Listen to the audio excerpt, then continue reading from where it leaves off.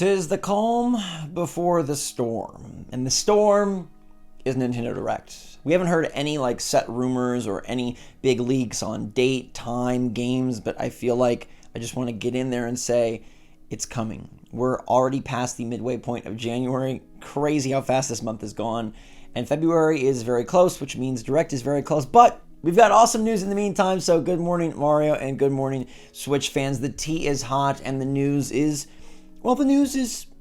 not as hot. I'll just be honest, straight up front. My tea was so hot that it popped the tea bag and I had little granules, so I had to remake my tea. But I don't have to remake this video. We do these first try because Nintendo is my love, and that's why I'm happy to tell you that there's a brand new Nintendo Switch Online trial title that is fantastic. Nintendo of Europe announced that Eastward is the new free trial title available leading up to the launch of Eastward's big separate DLC. Now, this drops on January 31st, and what's interesting is you don't have to have or have played Eastward to play the DLC. It's like a separate story, but obviously it will build and be more impactful if you have played Eastward. Eastward is a fantastic game that has combat, that has puzzles, but most importantly has beautiful graphics and a really interesting, engaging, weird storyline. I highly recommend the game, and while I do believe that they will bring this free trial to America soon, if you want to get in on it now, just go make a Europe Nintendo Switch account. It's easy, it's free, it's totally legal, it totally works. It'll gain you access to the Europe eShop, and then you can go in and download Eastward. Awesome title, and I love that they continue to do these free games, and even though this is an indie, it's like a pretty substantial big indie from Chucklefish that was much anticipated at its release, and now we have much anticipated DLC to look forward to. Speaking of much anticipated, we finally have the full, complete numbers from 2023 in terms of the best-selling games of the year. And Nintendo clocks in at number 5, but in my opinion, most likely number 3. Why did that happen? How does that work? Well, let me tell you, because Nintendo does not report digital sales.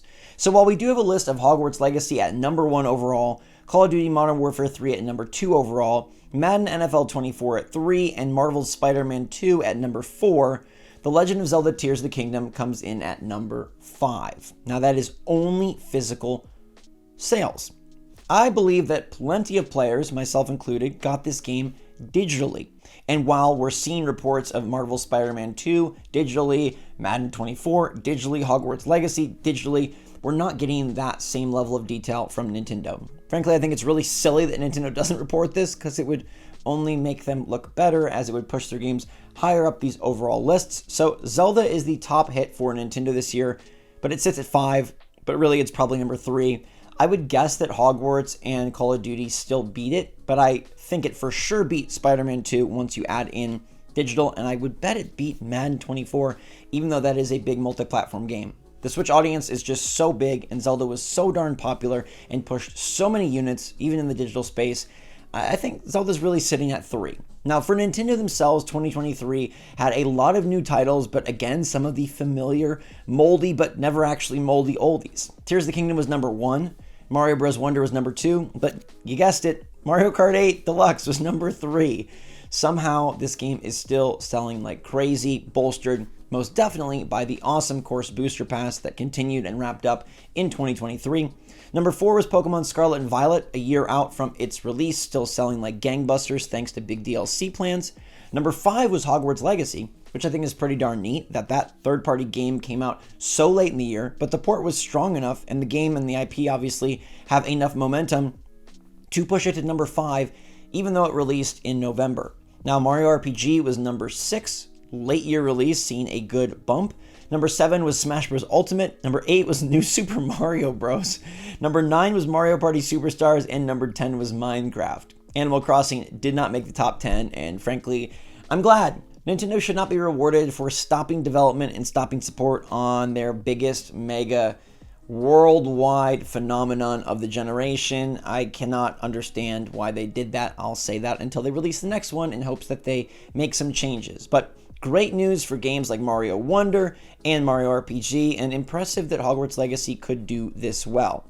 I think that actually makes a good sign for the future, seeing that a game like Hogwarts Legacy, if the port is well done and plays decently on Switch, it's going to sell very well. Considering that we expect a new system with far superior power in the near future, third parties are going to be heavily inclined to support. They've had a whole generation of Nintendo Switch to see, yes, Nintendo fans will buy third-party games if they run well and play well and are good games on the Switch. They do love their Zeldas and Marios, but they will support things like Minecraft and Hogwarts Legacy as well. So I think next generation is going to be a third-party bonanza. This year, this generation had some solid titles, but I do think it's going to be exponentially better. And one of the reasons is because Xbox is hell-bent on bringing their games to places like Nintendo. Now with Activision Blizzard, Microsoft is moving more than ever to push their titles, quote unquote, their titles, onto other platforms. And I know that most of the focus has been on like what past big Xbox IP could come to Nintendo. I think we should shift the conversation a bit to which non-Xbox IP that they now own and which future titles can come to Nintendo. I feel like that's going to be a more lucrative and a more fertile pile to pick from as opposed to wishing for Halo or Gears of War. And it's backed up by Bloomberg's new interview with Microsoft CEO Satya Nadella, who said, "We love gaming." And now with Activision, I think we have a chance of being a good publisher, quite frankly, on Sony and Nintendo and PCs and Xbox. We're excited about that acquisition closing, and I'm glad we've got it through. We think that now we have the ability to do what we always set out to do, which is build great games and deliver them to folks across all platforms. Now, this is a big, bold move for Microsoft and something they've been touting for a while now. It's coming to a head as their acquisitions are complete. They've got Bethesda fully on board. Activision Blizzard is coming through complete, and then we'll get Call of Duty on Switch. I feel like most of Xbox's move towards pushing their games is going to be from the Activision Blizzard, potentially Bethesda, and other partners' side. I really think that's what we should emphasize and focus, is that going forward, new titles will begin to show up more frequently on multiple platforms besides just Xbox. Now, this is an interesting strategy because most console platform holders would not dare give up their exclusives. Imagine Nintendo giving up Mario. Not a chance. Imagine Sony giving up Last of Us. Not going to happen. But Microsoft is in an interesting position, being third place overall in terms of console sales, being third place for a while now, and being third place by a substantial margin. Game Pass is their bread and butter. It is what they want to try and rely on, and that seems to be growing at a okay rate. And so spreading these games to even more platforms and places might be their best move. But I fully think it's going to be looking forward, like Call of Duty in 2024 could potentially come out on the next Nintendo Switch. Maybe some Blizzard properties could get releases on Nintendo Switch. Could we see some future Bethesda titles pop up on Nintendo Switch? I also think this is good news. I know that looking back and getting a back catalog is exciting, and it has been a very fun, fruitful way for Switch to expand its library.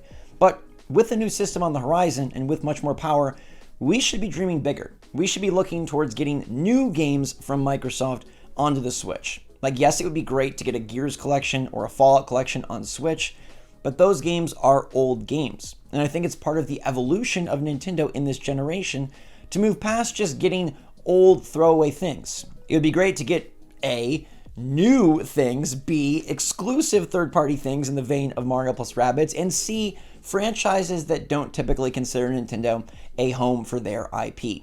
Things like Call of Duty and Madden would be great to get on the next Nintendo platform, as we see they're huge sellers and could be even bigger with Nintendo under their belt. I think that when we hear Nadella and other Microsoft execs talk about moving their games to other platforms, it's much more forward thinking. And honestly, I think that is better than backwards thinking.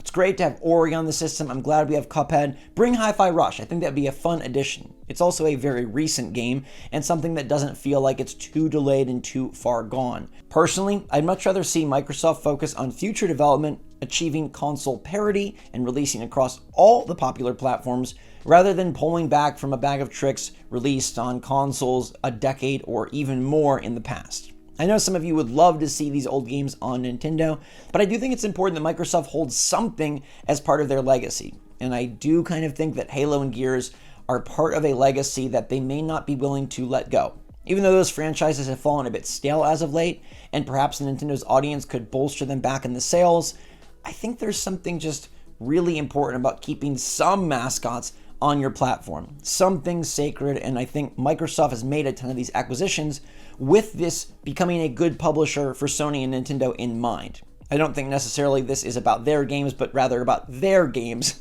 the ones that they're acquiring, and who knows, more games that they could continue to acquire as the future goes on. The good news is, though, more games for Switch. Whether you look at Hogwarts Legacy success even on the underpowered Switch 1, Microsoft's commitment to expanding their audience, it looks great for Switch 2. I really think, and I've said this multiple times before, that if you thought the Switch was a phenomenal generation, Switch 2 somehow is going to be even better. And that seems crazy, unlikely, maybe impossible, but it's going to happen. So be ready for it. I know I will be here at SwitchForce as we continue into the exciting future, but that'll do it for today, everybody. So let me know your thoughts in the comments down below. Pick up Eastward and let me know what you think of that game if you've never played it before. And until next time, stay safe, stay healthy, stay happy, stay positive out there. Love you lots.